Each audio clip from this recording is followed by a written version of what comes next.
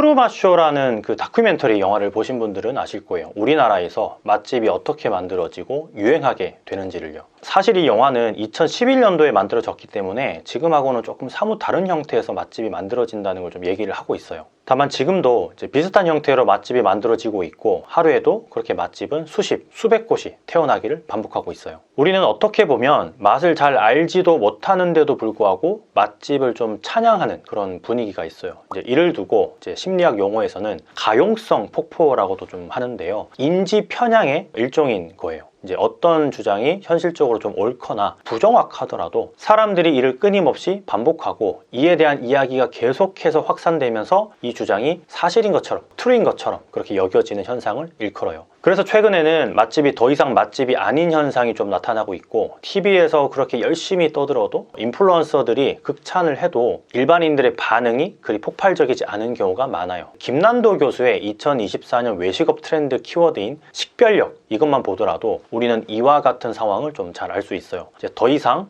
연예인 아니면 인플루언서들이 간다고 해서 일반인들도 덩달아 가지는 않는다라는 얘기예요. 특히나 이제 MZ세대들 쪽으로 가면 더더욱 그렇고요. 결국에 이제 매장으로 전화해서 비용을 받고 맛집 프로그램을 방영하는 프로덕션들이 이제 조금씩 위기를 겪고 있는데 후폭풍이 좀 아주 무서워요. 이제는 사장님들이 이런 거에 속지 않고 있거든요. 그래서 문 닫고 있는 프로덕션들도 사실 많다라는 이야기가 계속 들려오고 있고요. 이제 프로덕션에서 콘텐츠를 만들어서 방송국에 납품하는 구조다 보니까 이 문제가 아마 앞으로는 더더욱 불거질 거예요. 이제 나중에는 큰 사건 사고로 이어질 가능성도 있고요. 이제 사장님들에게 400만 원, 500만 원, 600만 원 이 정도는 꽤나 큰 돈이니까요. 그럼에도 불구하고 우리가 이런 내용을 좀 알고 인위적으로도 맛집이 되어야 하는 건 억울해서예요. 억울해서 남들이 다 맛있다고 하니까 유명한 연예인이 인플루언서가 유튜버가 좀 극찬을 하니까 맛있다고 할 수밖에 없는 이 풍토에서 우리도 맛집이 되어야 살아남을 수 있거든요. 단 거액을 들이지 않고 셀프로 스스로 말이에요. 구체적으로 좀 따지고 들면 일반인들 중에 실제로 이제 미식가의 면모를 가진 사람은 약 3%에 지나지 않는다고 해요. 즉 우리는 별반 다를 것 없는 맛에 계속해서 차등을 두고 순위를 매기고 어딘가는 맛집이고 어딘가는 맛집이 아니라는 걸 판단하고 있다는 거죠. 맛에 대한 큰 차이가 없음에도 불구하고 말이에요. 재미있는 건 눈을 감고 코를 막은 채 여러분 혹시 양파 같은 거 드셔보신 적 있으세요? 아마 없으실 건데 눈을 감고 코를 막고 양파를 먹으면 사과처럼 느껴집니다. 예전에 TV에서 이런 실험들도 많이 했었는데 보신 분들은 아마 기억을 하실 거예요. 실제로 저도 이제 테스트를 해본 기억이 있는데요. 이 상황을 모르는 상태에서는 이게 양파인지 전혀 알 길이 없었어요. 궁금하신 분들은 한 번씩 직접 해보시면 좋은데 양파가 조금 좀 거북하실 수도 있잖아요. 이제 양파가 거북하다면 다른 분들 이제 콜라와 사이다로 좀 테스트를 한번 해보셔도 되고 본인 자신이 하면 이미 이제 알고 있는 그런 테스트가 되는 거기 때문에 지인을 통해서 한번 해보시면 어떤 제가 말씀을 드리고 있는지 아실 겁니다.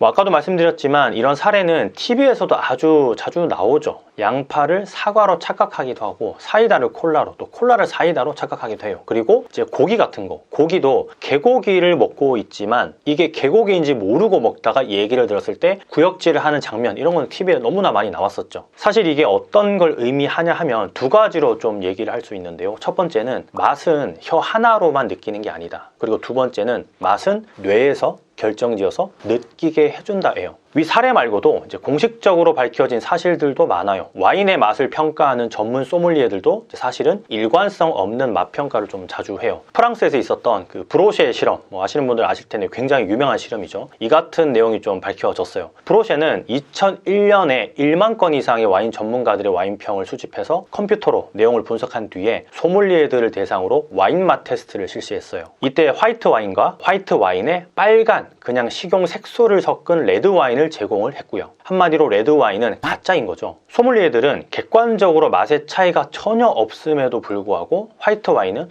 프레쉬하다, 드라이하다 이런 식으로 좀 맛 평가를 했고 식용 색소를 탄 화이트 와인은 딥한 맛이 느껴진다, 인텐시하다, 스파이시하다라고 평가를 했어요. 즉 같은 맛으로 평가되어야 객관적인 것인데 어떻게 보면 시각적인 부분에서 차이를 느끼고는 실제로도 맛이 달랐다라고 평가를 한 거죠. 좀 재밌지 않나요? 이런 실험 사례는 정말 많아요. 결론을 내리면 세 가지로 또 얘기를 할 수 있는데, 아까 말씀드렸던 부분에서 한 가지를 더 추가를 하는 거예요. 이제 첫 번째는 맛은 혀 하나로만 느끼는 게 아니라고 제가 말씀드렸죠. 오감의 영역이라는 거고요. 두 번째는 맛은 뇌에서 미리 결정되는 것, 이것도 말씀드렸죠. 그리고 이제 마지막 하나 더 추가되는 거, 세 번째가 우리는 이걸 이용하면 맛집으로 분류될 수가 있다는 거예요. 우리는 세 번째에 주목을 해야 돼요. 맛을 업그레이드 시키기 이전에 오감을 자극하고 뇌에서 이미 맛있다고 평가할 수 있는 시스템을 만들면 객관적인 맛 평가가 아니라 주관적인 맛 평가로 맛집이 될 수 있다는 거예요. 식당의 과학적 시스템이라고 좀 해야 될까요? 가장 쉽게 할 수 있는 게 뇌를 건드리는 거예요. 단맛, 신맛, 쓴맛, 매운맛, 또 짠맛은 누구나 구분하지만 맛있다라는 큰 어떤 카테고리의 맛 표현은 조금만 뇌를 건드려주면 충분히 맛집으로 등극할 수 있어요. 아주 심플하게 할 수 있는 뇌를 건드리는 방법을 제가 세 가지로 좀 나누어 봤는데, 실제로 현장에서도 많이 쓰이는 방법이기도 하고요. 적용했을 때 효과를 볼 수 있는 방법들이에요. 인위적으로 조작해서 맛집이 될 수 있는 키트를 또 제공을 하는 거고요.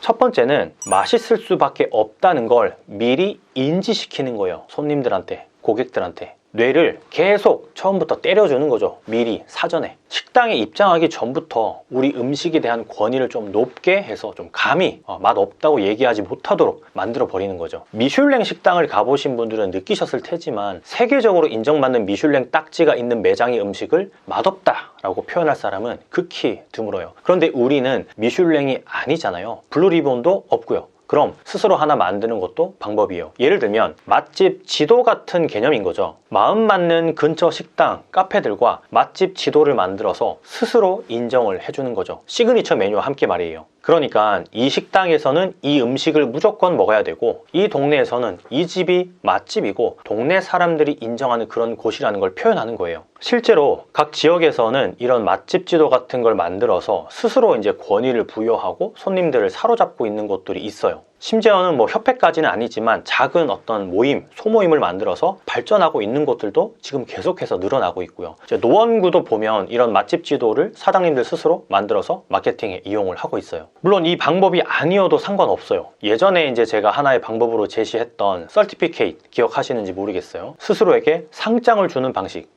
어디 대회에 나가서 상 받은 적이 없고 요리 대회는커녕 요리도 이제 처음이라서 권위를 어떻게 부여해야 할지 모르겠어요 하시면 이런 상패를 스스로에게 주세요. 손님에게 진심으로 대하는 마음이 있다면 그런 마음상을 주셔도 되고요. 그럼 이 상패 때문에 우리 매장의 가치는 올라가요. 이걸 매장 내부, 외부에 걸어 놓으면 권위가 생기는 거고요. 아니면 단순히 그냥 맛에 대한 상패만 그냥 만들어도 좋아요. 가족이 선물해도 되고요. 이제 동네 사람들에게 부탁해서 실제로 맛 평가를 해달라고 해서 메뉴 중에 1등, 2등, 3등 뭐 이런 식으로 만들어도 되고요. 야, 뭐 이렇게까지 해서 장사를 해야 되나 하시는 분들이 있을 거예요. 하지만 앞서 말씀드렸죠. 맛이 맛 하나로만 평가되는 시대는 지났다고요. 스스로의 가치를 올리고 우리 매장을 조금 더 가치 있게 표현해야 사람들도 인정을 할 수밖에 없어요. 맛집이 그냥 맛집이 되는 게 아니라 어느 정도는 인위적인 가미가 필요하다라는 얘기예요. 두 번째는 메뉴판을 적극 활용해서 뇌로 하여금 상상하게 만드는 거예요. 보통 메뉴판에 메뉴 이름만 있고 설명이 있는 곳은 잘 없어요. 설명이 있어도 대충 그냥 적어 놓거나 맛있어 보이지 않게 적은 곳들이 대다수이고요. 파인다이닝을 가보신 분들은 어떤 식으로 메뉴에 대한 설명을 적으면 사람이 상상을 하게 되는지 잘 알 수 있는데요. 한번 지금 눈을 감고 들어보세요. 자, 비교해 보시면 돼요. 눈을 감으셨나요? 제가 한번 얘기를 해볼게요. 눈 계속 감고 있으세요. 이걸 들어보시고 어떤 게 더 맛있는 상상이 되는지 들어보시면 됩니다. 자, 첫 번째,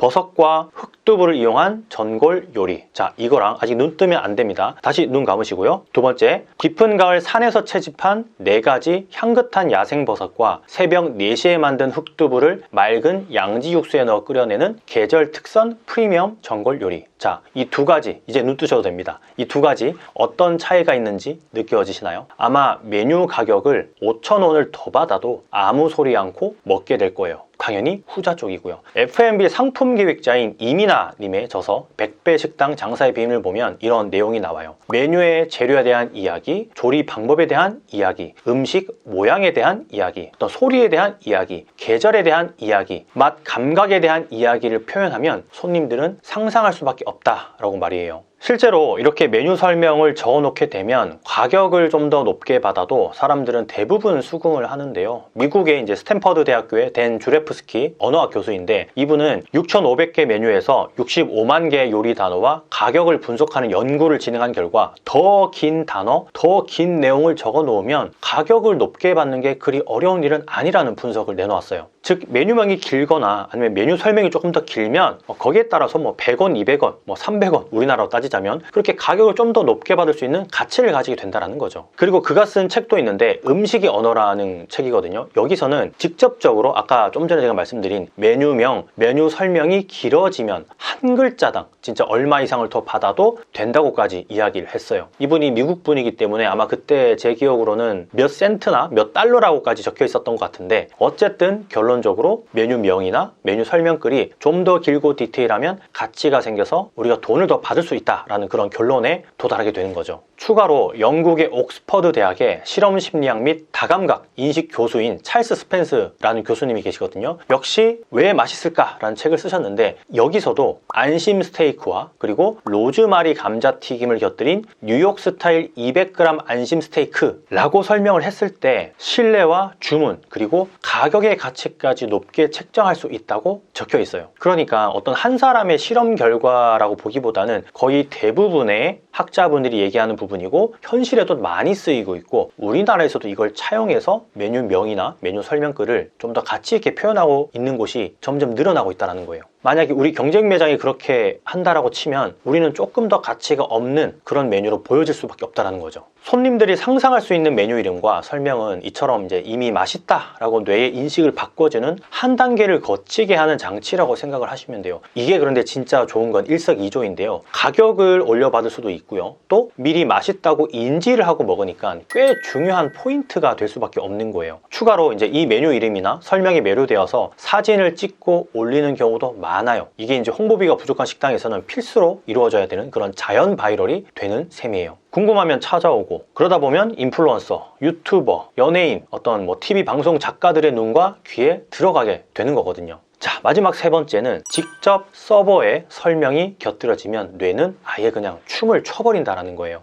이런 매장들을 많이 보셨을 거예요. 메뉴가 서빙되고 나서 간단한 설명을 곁들이는 걸요. 그런데 중요한 건 이런 식당들이 많아지다 보니까 다들 따라는 하는데 제대로 된 방법으로 하는 것은 좀 잘 없더라고요. 심지어 파인다이닝 같은 것도 그렇고요. 특히나 코스 요리가 좀 제공되는 꽤 고급 집들도 설명을 해줄 때 타이밍이 맞지 않다거나 혹은 대화를 좀 방해하고 바쁜 티를 내면서 설명하는 경우가 좀 많아지고 있어요. 안 하니만 못하는 상황이 연출된다라는 거죠. 메뉴에 대한 설명을 할 때는 주의해야 될 게 있는데요. 손님들의 대화에 잠깐의 간극을 만들어야 하기 때문에 뭐 예를 들면 스테이크 준비해 드리겠습니다. 실례가 되지 않는다면 뭐 간단한 설명 드려도 될까요? 라고 하면서 약간의 틈을 만들어야 돼요. 또는 서빙을 하면서 몸동작으로 눈빛으로 그 간극을 만들어도 되고요. 이제 그럼에도 불구하고 이제 손님들의 대화가 만약에 끊이지 않는다면 서빙 후에 센스 있게 대화가 끊어지는 타이밍을 보고 잠깐 설명을 해도 좋고요. 이제 빠른 템포로 매뉴얼적인 설명은 지양해야 된다는 거죠. 왜냐하면 빠른 설명을 들은 손님들은 무의식 중에 조금 급하게 식사를 서두르는 경우도 생기거든요. 이 서버의 행동에 자기도 모르게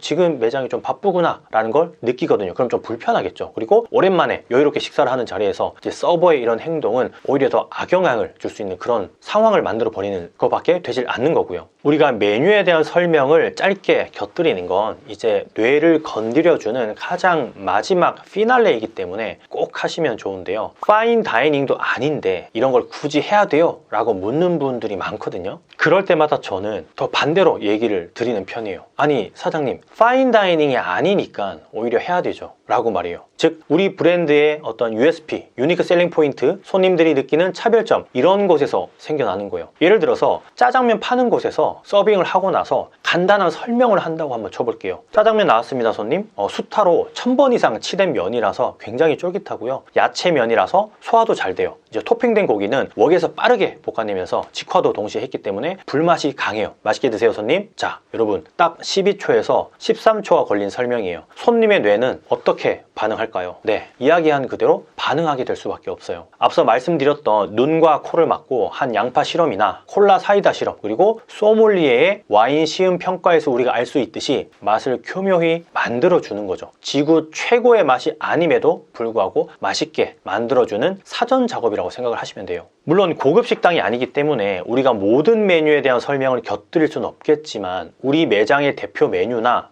시그니처, 그리고 야심차게 준비한 메뉴가 있다면 이렇게 설명을 곁들이는 순간 뇌의 마지막 상상의 피날레를 쳐주는 격이기 때문에 맛집으로 가는 지름길이 될 수 있어요. 사실 평식의 음식을 파는 곳은 이런 짧은 설명을 곁들이지 않는 곳이 더 많기 때문에 그래서 우리 매장이 USP가 될 수 있는 거예요. 남들은 다 하지 않지만 우리 매장만 할 수 있고 아주 간단하게 실행에만 옮기면 되고 어렵지 않은 것이기 때문에 차별화가 될 수 있다는 거죠. 자, 여러분, 맛집은 더 이상 맛집이 아니다. 다만 우리가 스스로 맛집을 만들 수 있다. 자, 아무나 하지 못하기 때문에 차별화가 되고 뇌를 미리 인지시키게 되면 그대로 따라오게 되어 있으며 서서히 입소문이 나면 맛집으로 가는 건 시간 문제일 거예요. 단순히 우리가 음식만 만들고 그에 상응하는 대가만 받고 경쟁력 없는 하나의 어떤 매장으로 지지부진한 사업을 하기보다는 넘치는 아이디어로 생동감 있는 열정으로 우리 브랜드를 좀 널리 알리겠다는 그런 큰 포부로 사업을 좀 이끌어 가셨으면 좋겠어요. 제가 늘 드리는 이야기가 장사와 사업의 차이는 시스템이나 또 일의 크기나 그리고 사장이 없이도 돌아가는 가게가 아니라는 거예요. 마음가짐, 그냥 마음가짐. 내가 아무리 장사 같은 장사를 하고 있어도 마음만큼은 사업가라는 생각을 가지면 진짜 매장 하나에서도 사업가의 포스를 풍길 수 있어요. 쪼잔해지는 장사를 하지 않게 된다는 거예요. 이 점 명심하시고 오늘도 많이 파는 하루 되셨으면 해요.